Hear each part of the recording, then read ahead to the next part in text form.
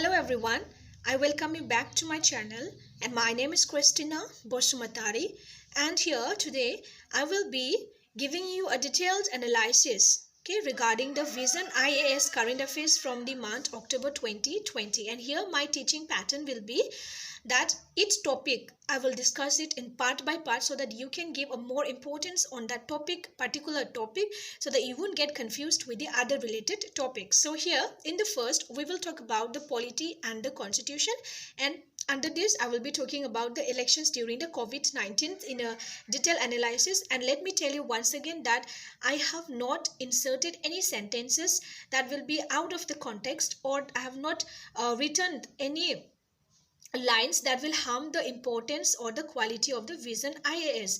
I give the credit solely to the Vision IAS, and here I am just the one person to explain you about the detailed analysis that will be related to the topics under these issues. So let's move to our explanation. Here in the first, what we find is that in several countries, including India, they have successfully conducted the polls during COVID-19 with the safety measures in the place. So as we all know, and we have seen in the news too, that recently there was a Bihar election. For that, what were the measurements, or what were the agendas, or how were the precautions that were being taken to conduct the election with the safety measures? So let's talk about this.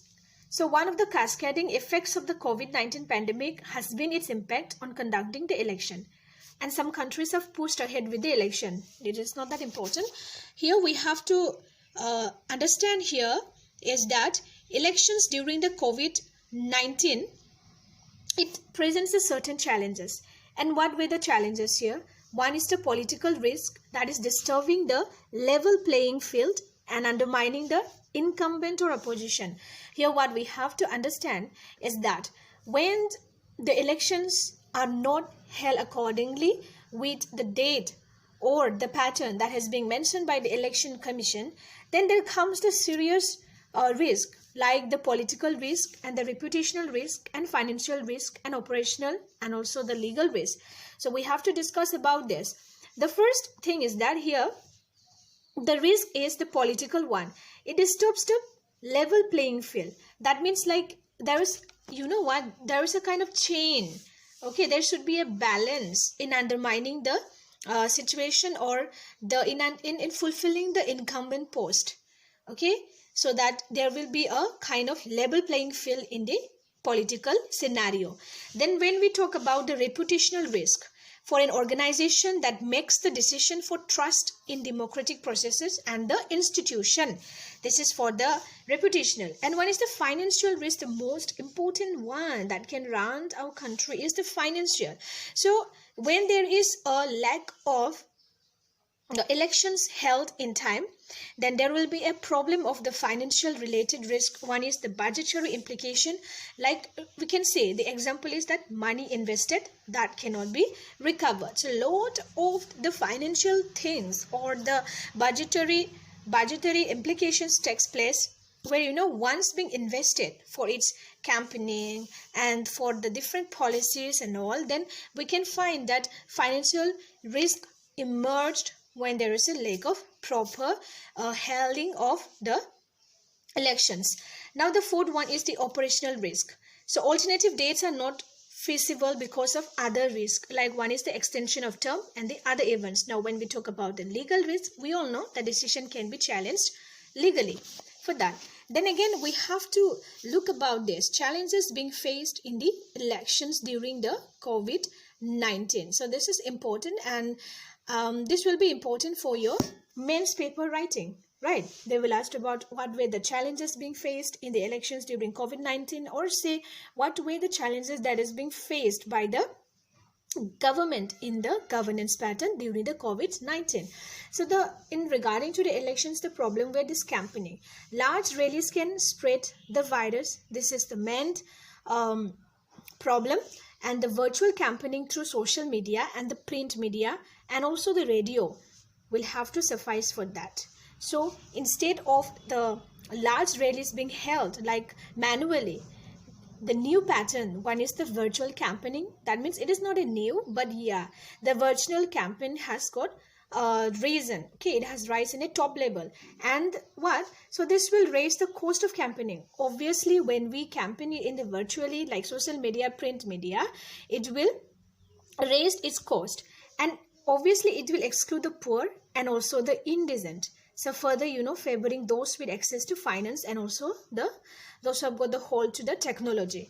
Now, second problem is about the polling stations.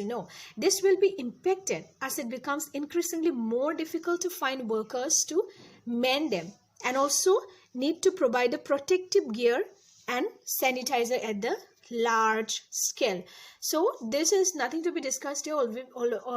It's already been here mentioned that, so for that the elections to be held, obviously you need a protective gear and also the sanitizer and the other materials like the mask and all this. Then we have got third one is the challenge is preparedness of electoral management bodies. Preparing for the elections will definitely or will infinitely more difficult where the movement and contact is being restricted, and the most electoral management bodies, they will have to face increased administrative conducting the election pattern and the work like the logistical work necessary to hold the elections during the COVID-19. And here we have got the effect on turnout too, and also the impediments on the transparency. See, elections are monitored by domestic and the international observer groups to ensure the processes are being lawful and it meet the requirements for an election conducted with integrity. So these are the difficult things or the challenges that were being held or is being faced by the election pattern.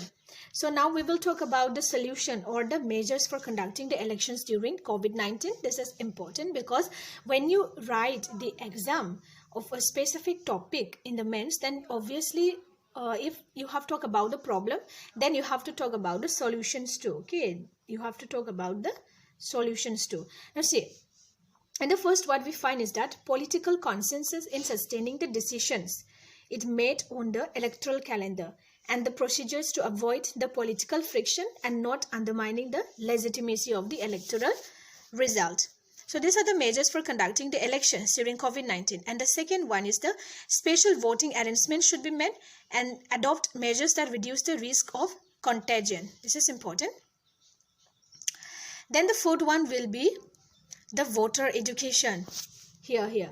It should reach all the genders, both male or the female. So it is important also to understand how our women access information through the pandemic, and it should target the voter education to ensure that they have the equal access to that information. So regarding this, we have already completed, and see, extra news is nothing here. You just have to see that key measures announced by Election Commission for the Bihar election, that is related to the Bihar election.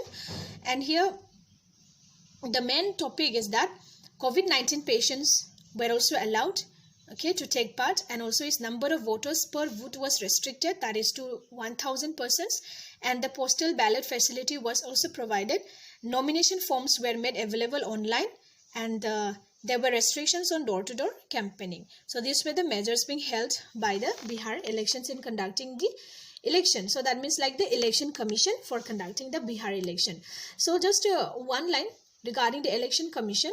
This Election Commission is being mentioned under the Article 324. It talked about how it will superintend or it will conduct the elections and all the power and the directions regarding this the Election Commission.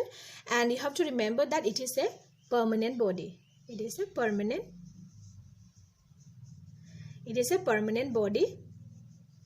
Okay, it is a permanent body, and we have to also remember that it is a constitutional body.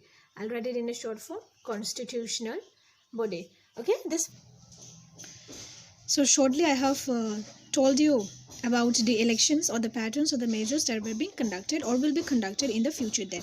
So lastly, we have to talk also about the best practices that is being held during the COVID-19, that is election, that is one in the New Zealand and the South Korea. So you don't need to go deep detail on this, and here I have given you the the short gist about relating to this new pattern or the new challenges being related to the elections during COVID-19. And in the next video, I will be talking about the Data Governance Quality Index, and I hope you all have understood and liked my video. And if you have liked my video, and do comment and subscribe and like, okay? And if you do not like, then you have the right to dislike it. Please support me and motivate me. And yes, if you like the channel, please subscribe it, and take care. Bye bye.